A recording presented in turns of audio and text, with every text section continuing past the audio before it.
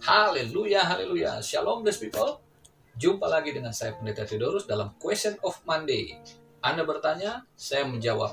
Senin kali ini saya mau sampaikan apa yang saya telah sampaikan minggu yang lalu, Senin yang lalu, mengenai ramalan. Nah, apa yang disampaikan itu berkenaan dengan hal-hal yang viral ya, soal ramalan Mbak Yu itu. Tetapi saya tidak akan panjangkan, saya mau lanjutkan apa yang menjadi pertanyaan minggu yang lalu atau Senin yang lalu itu dengan pembahasan yang lebih diperluas lagi. Meskipun saya sampaikan tentu tidak dalam waktu yang terlalu panjang. Inilah Question of Monday.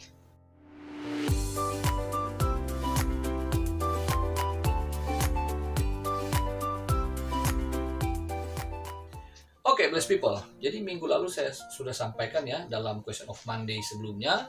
Saudara dapat lihat sendiri di vlog sebelumnya mengenai itu. Dan saya akan melanjutkan apa sih perbedaan antara prediksi, ramalan, dan nubuatan. Secara singkat saya sampaikan tentang prediksi itu adalah sebuah ramalan juga. Bisa dikatakan ramalan, tetapi itu lebih bersifat ilmiah.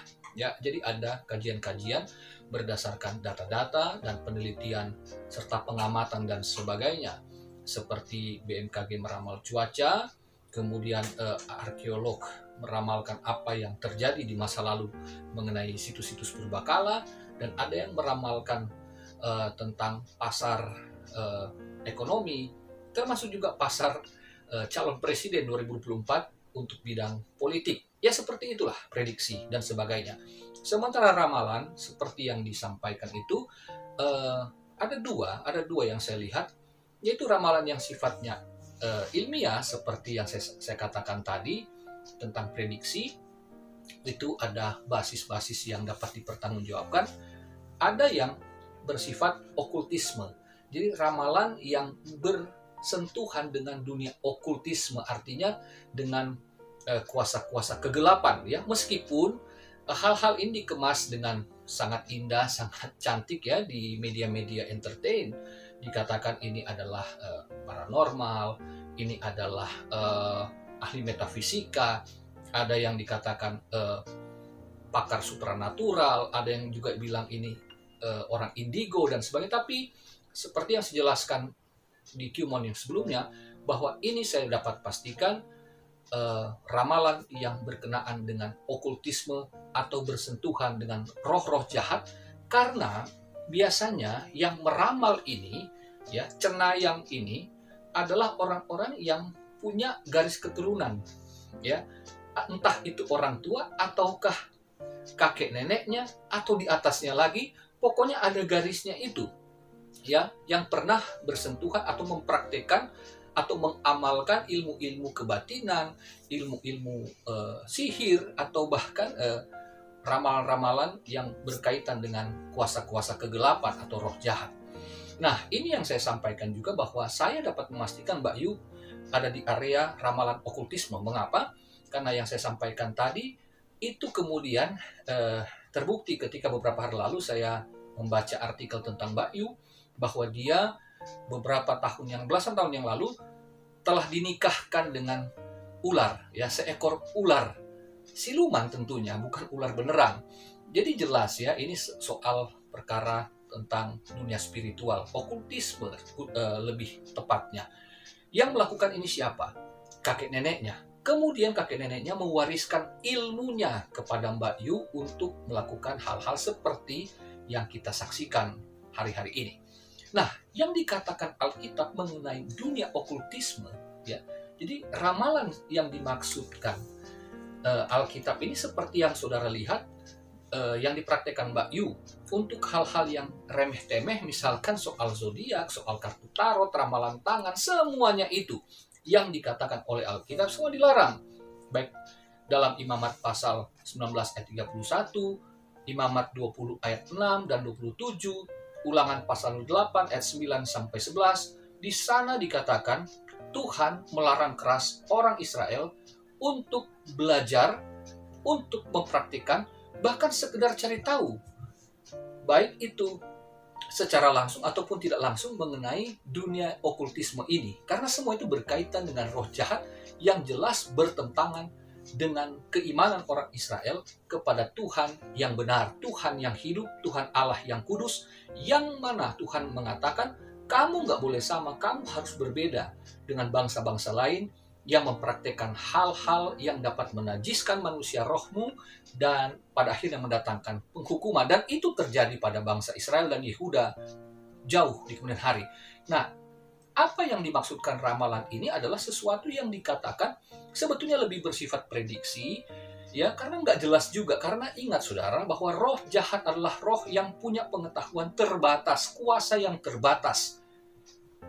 Apa yang mereka prediksikan, yang pertama itu terbatas jangka waktunya, karena Mbak Yu hanya meramal untuk jangka waktu yang pendek, demikian juga dengan peramal-peramal yang lainnya. Lalu kemudian yang terjadi itu adalah akibat-akibat buruk. Semua yang diberitakan yang buruk-buruk. So, solusinya apa? Nol, nihil. Itu artinya bahwa kuasa roh jahat memprediksi sesuatu yang buruk karena apa yang dihasilkan akhirnya mendatangkan duka nestapa dan pada akhirnya orang menderita dan berduka cita. Merana hidupnya karena memang kerjaan kuasa roh jahat ya begitu. Dan apa yang diprediksikan ini juga belum tentu tepat dan benar ya, meskipun kelihatannya agak-agak benar begitu. Tetapi itu namanya ramalan. Oke, yang saya mau sampaikan di sini, apa bedanya dengan nubuat? Ada yang mengatakan nubuat itu sebuah ramalan dari Tuhan untuk masa depan. No, menurut saya itu bukan ramalan. Mengapa? Sekali lagi, ramalan itu untuk jangka waktu yang nggak jelas, ya, dan itu jangka pendek dan tidak ada solusinya. Tetapi nubuat adalah firman Tuhan yang disampaikan melalui para nabi Tuhan yang dipilih Tuhan. Jadi bukan orang sembarangan. Tidak semua orang bisa bernubuat. Jadi apa yang disampaikan itu berkenaan dengan masa lalu, masa kini, dan masa yang akan datang. Jadi lintas waktu, karena Allah itu adalah roh yang maha kuasa, yang kudus dan tak terikat ruang dan waktu.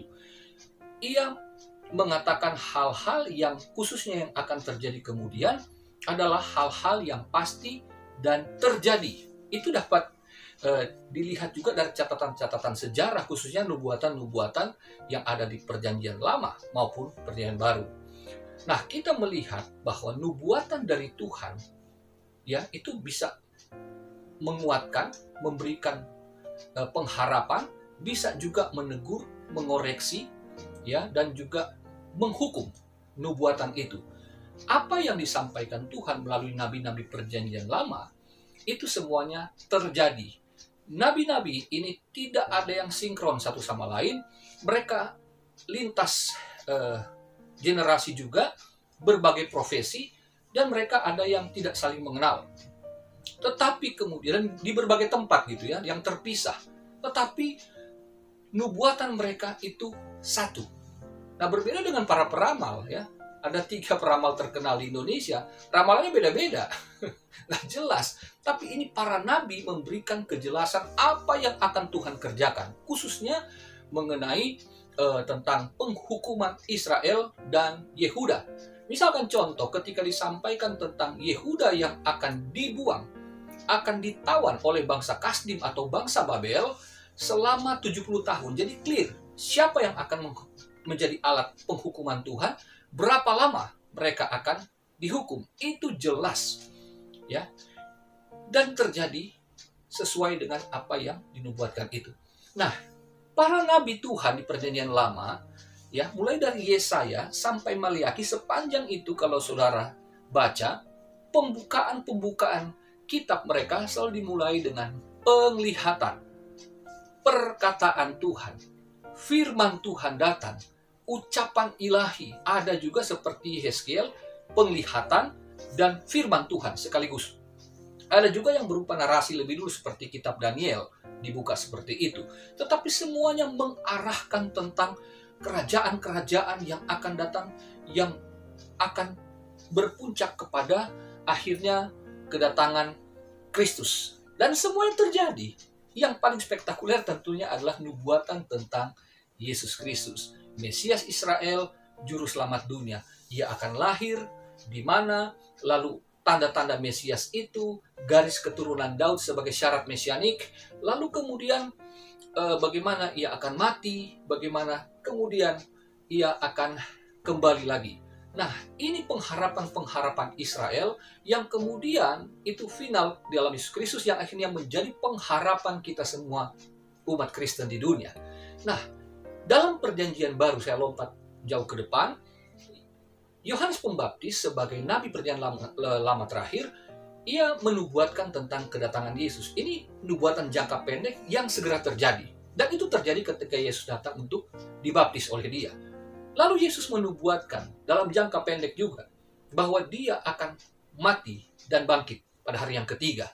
Lalu ia menubuatkan juga untuk masa setelah ia naik ke sorga, yaitu tentang runtuhnya bait Allah Yerusalem. Dan itu terjadi pada tahun 70 Masehi di mana Jenderal Titus datang dari Roma untuk menghancurkan, mengalahkan Israel, dan terbukti apa yang dikatakan rata dengan tanah Yerusalem. Dan kemudian akhirnya kita tahu sejarah dunia mencatat kemudian pasukan Islam pimpinan Turki akhirnya menduduki Yerusalem, menguasainya dan membangun Masjid Al-Aqsa sampai hari ini ada. Nah, nubuatan-nubuatan seperti ini clear disampaikan, ada yang jangka pendek, jangka menengah, jangka yang sangat jauh, semuanya terjadi. Dan itulah nubuat, beda dengan ramalan.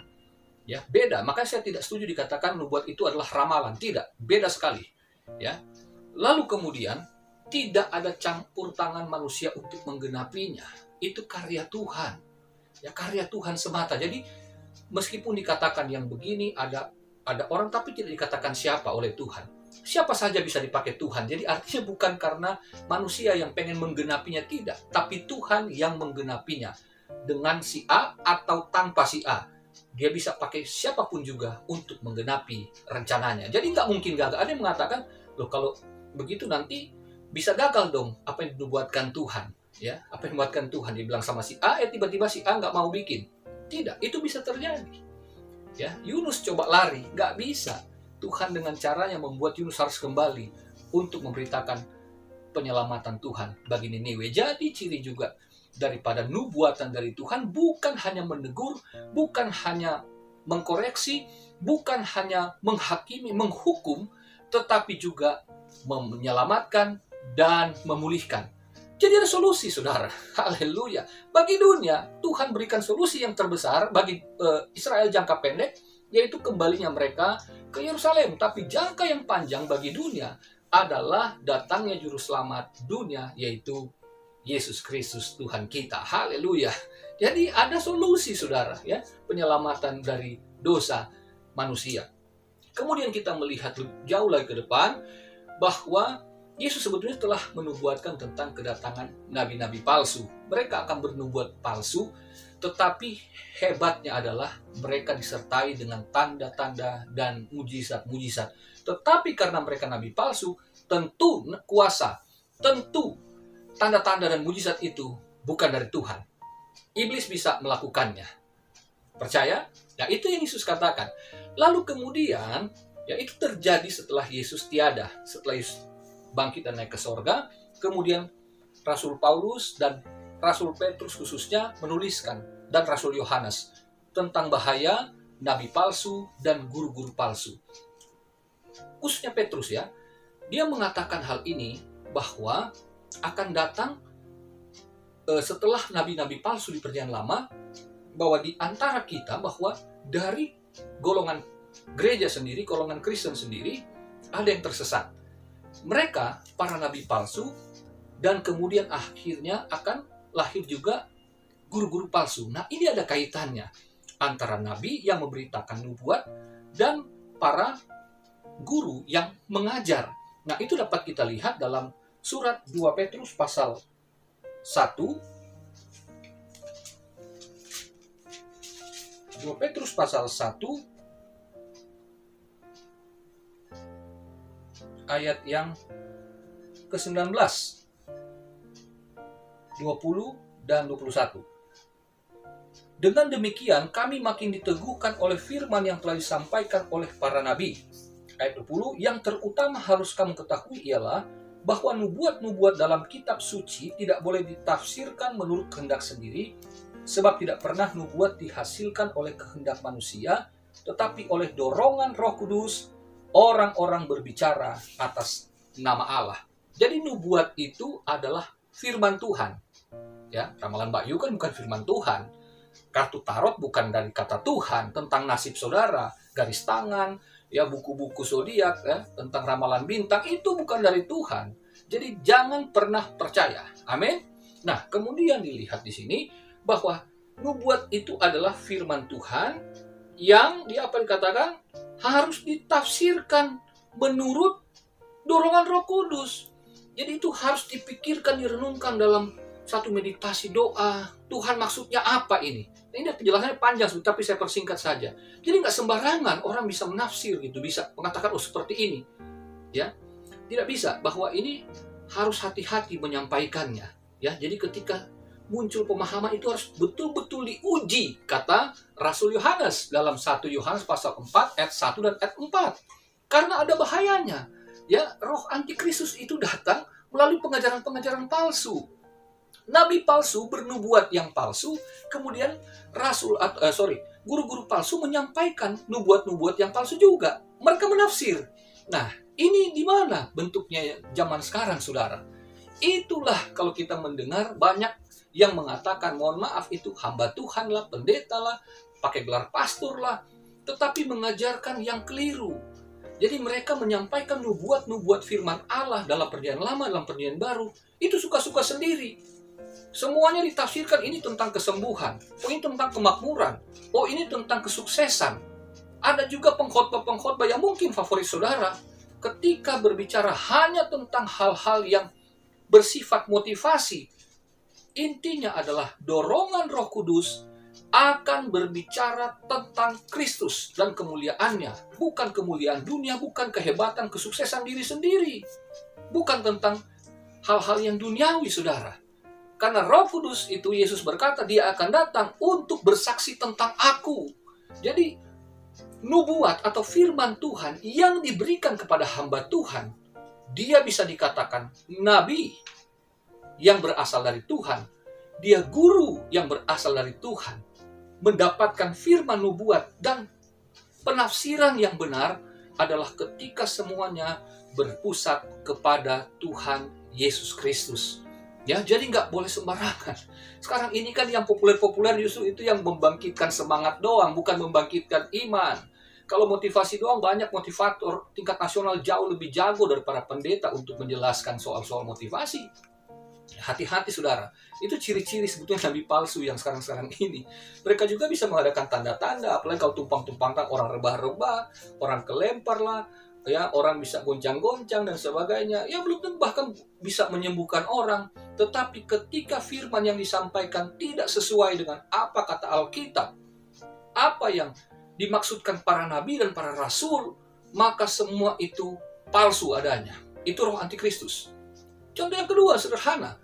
Ketika sekarang orang bicara vaksin, harus divaksin semua orang. Lalu kemudian para nabi muncul menyampaikan tentang nubuatan, menyampaikan tentang pewahyuan, khususnya dalam Wahyu pasal 13 itu ya, ayat 16 sampai 18.